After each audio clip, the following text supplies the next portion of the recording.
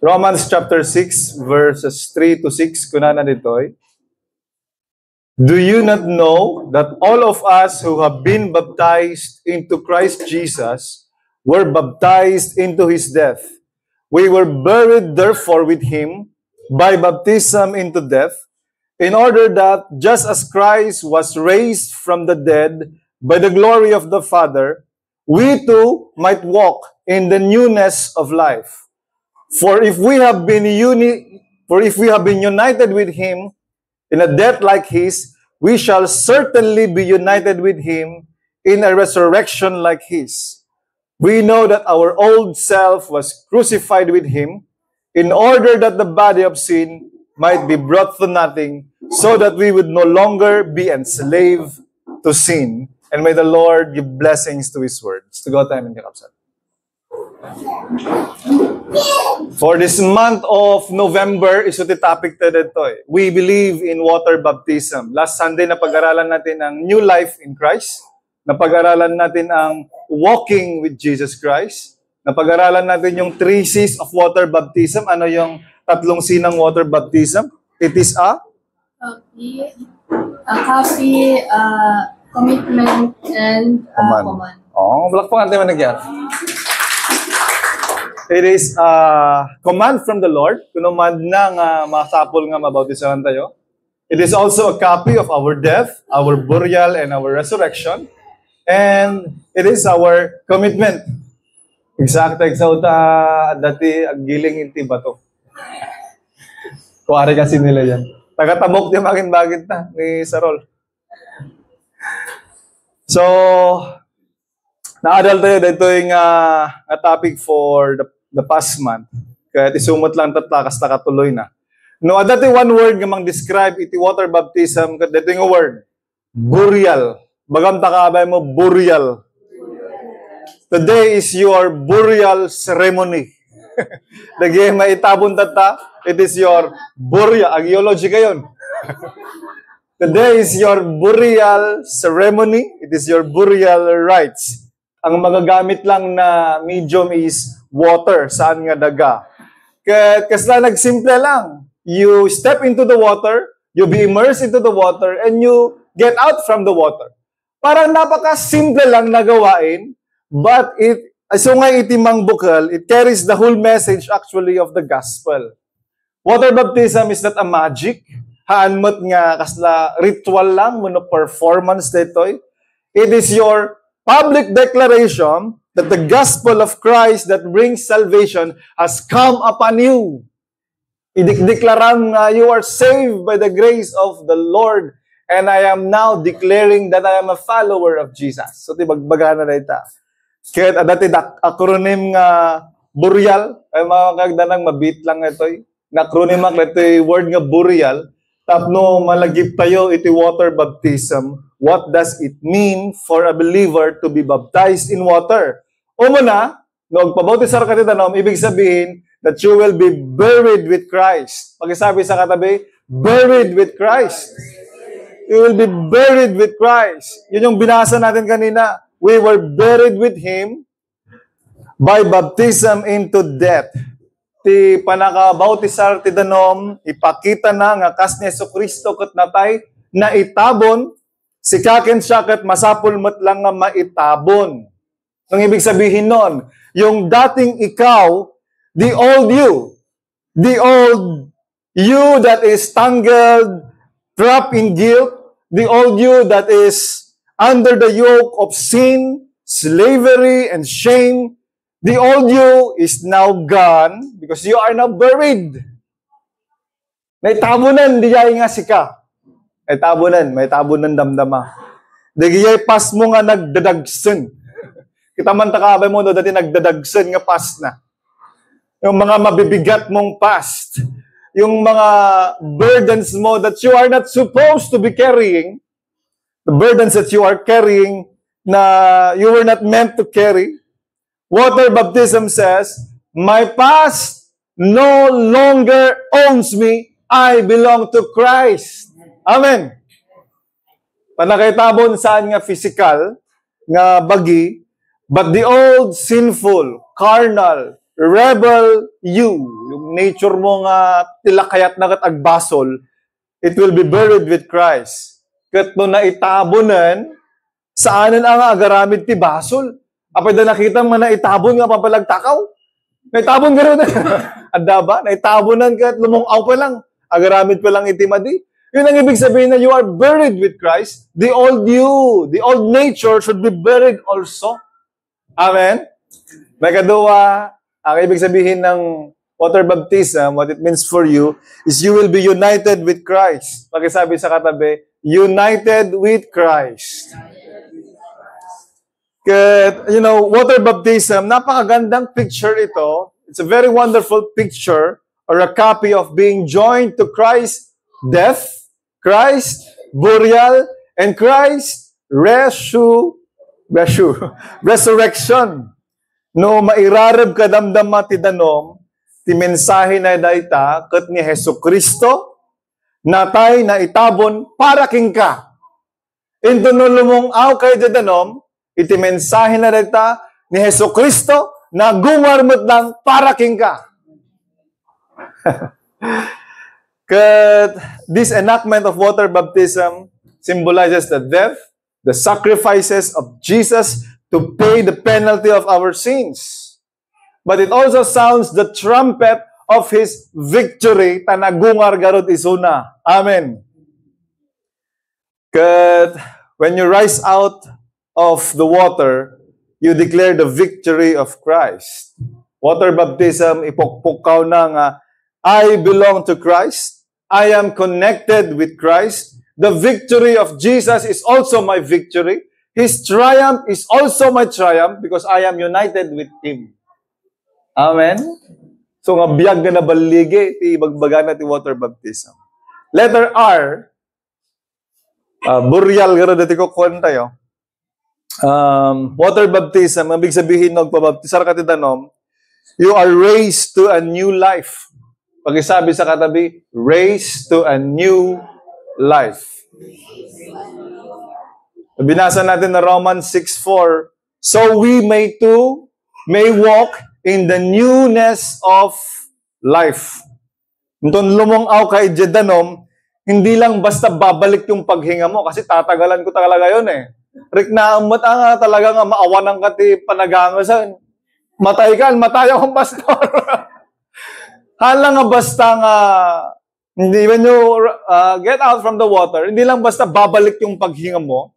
Ang ibig sabihin niyan, bagong buhay mo. Amen. Bagong ikaw, bagong hope, bagong direksyon, bagong puso, na ang heartbeat na ngayon is to follow Jesus. Kat ibaga ti Biblia nga, anyone who is in Christ, anyone is a new creation. The old has gone and the new has come. Katulad ng butil na itatanim mo, no imulam jay bukal, pagkaraan ng ilang araw, may lalabas yan. Kutili doon? Mayroon mo? O nya. May lalabas na rusing, green, kat rumwar iti bulong. Hindi niya kapareho yung butil na natanim. Pansin nyo? The seed will die. Something else will come out. It's a new form of life. Same is true with the person who is raised to a new life in Christ. Barbaro kando. Madlaw na kando, dagay classmate mo, wala dagay katrabaho, ora ni bakit mo. Talaga nagbalbali ka na. Barbaro ka na. Pastor ka sa amin. Pastoral ka. Pwede ito yung madiin naman tanti shot dito yan. Wala na to. Madiin naman tayo nga garamid ti kalapan natin. Ano nangyari sa'yo? Ikaw ba talaga yan? Madlaw lang to. Kasi no talaga nga takdaram dito yung panakabautisar mo, you can't help it but really shine. You will shine. Maro ka nga parts wa kinapo Jesus kat makita da ka, mapansin da ka. Because you are raised to a new life. Water baptism is a declaration that you are now a new creation. Magamanta ka, abay mo, you're a new creation. Ano yung burial? Anong letter B? Buried with Christ, united with Christ, raised with Christ, raised to a new life. Letter I, identified with Christ. No, magpabautisar ka ti danom, ma'am, nagpabautisar ka ti danom, mailinya ka, kadagidjay, tattao nga talaga nga pasurot ni Yesu Kristo. Ma-identify ka, kasi public declaration mo dito. You will be identified as a believer, a follower of Jesus Christ. Han nga follower ti sino man nga data TikTok wano Reels, you will be identified as a follower of Jesus. Amen. Nga siputan nyo, because the devil can also identify you. Nagpabautisar dito yan. Kalaban dito yan. Kaya maniwala man kayo o hindi, dumtang iti tiyempo that you will be tested. Adati pa nakatesting, adu ti pa nakatesting, gabsuunan na ka ba? Dito termino. Gabsuunan na ka ti mabalin nga pakatistingan ti biyagkin pamati. Ngam dito kumadag iti tiyempo nga kunamot ibagam kun ko na nga, I am already identified with Christ. Amen. And I carry within my heart, my new identity. Kita niya, ti barbaro nga identity tayo kay Yesu Kristo. Nasurok dito yan. Our identity in Christ is this. I am forgiven. Baga tayo man? I am forgiven. I am chosen. I am His own. I am a child of God. I am loved. I am valuable in Christ. I can do all things through Christ who gives me strength. So, lisugan na kanto ni Satanas kat awan. Awan manen. Kung anakin ka nga ibagab dito, I am already identified with Christ. This is my identity. By faith, I claim, I know that I am forgiven, I am chosen, I am loved, I am valuable in the eyes of the Lord.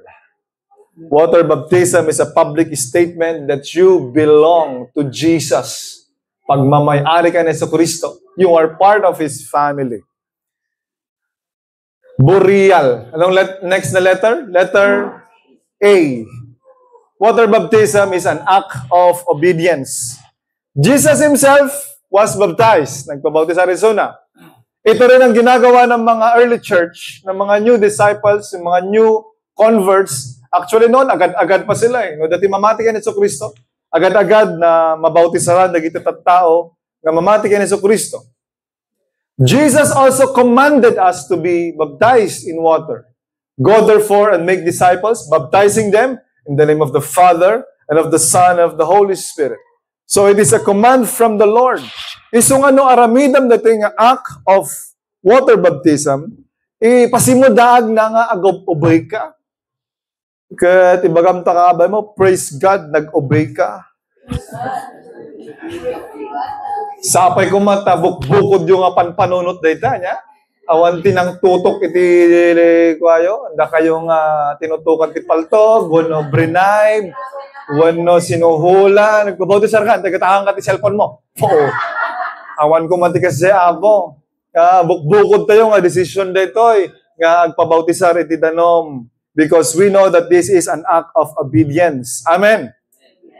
When you get baptized, you are saying, Lord, I will follow you. You are my master. I submit, I surrender my life to you. Yun ang ibig sabihin niya. Last but not the least, letter L, water baptism, burial, is a life of discipleship. Kat di pa nakabautisar ti danom, it is not the finishing line. Ang ito iti graduation. Starting point lang po ito ng bagong journey. Journey walking with Jesus. A journey loving like Jesus, serving like Jesus, and living like Jesus. Saan nga dito iti murdong na? Baptism is just the opening chapter of a lifelong story of discipleship. Next Sunday, ito yung topic natin. After ka nga namati kay Yesu Kristo, after ka nga nabautisaran, what's next? Di ba? Anong susunod? Naniwala na ako kay Yesu Kristo. Nabaptize na ako ng tubig. Anong susunod? Yun ang topic natin next Sunday. Pagkasabi sa katabi, huwag kang mag-a-absent. First Sunday. Huwag ka mag-absent. First Sunday ng December. Dapat nga datayo. Kaya mapasamak lang dito. Iti-next actually, after this, iti-next na, masapol nga grow ka. Pag sabi sa katabi, masapol nga grow ka. Kaya mapasamak lang dito, babaan ti intentional discipleship. Kaya tadadagay ti basic steps, kaya dapat nga i-aplikar tayo ti panagbiag tayo in order for us to really live a life of discipleship. Kaya water baptism tells the world that you are now buried with Christ, you are now united with Christ, you are raised to a new life, you are identified with Christ. This is your act of obedience. And now you are stepping into a new life of discipleship. Nagdakkel iti kay papanan na, ti panagbiag mo kas maysa nga Kristiyano, iso nga saan nga bareng-bareng, ito nga aramidan tayo, sigurado nga maragsakan ni Apo Diyos as we undergo this water baptism. Sa mga nabautisaran mo't lang, ken oray ka dagiti agpanpanunot pa lang nga mabautisaran, ken dagiti agpabautisar. Remember what your baptism means and live the new life that you were raised for. Kuwata nga tumakdar tayo amin kakabsa.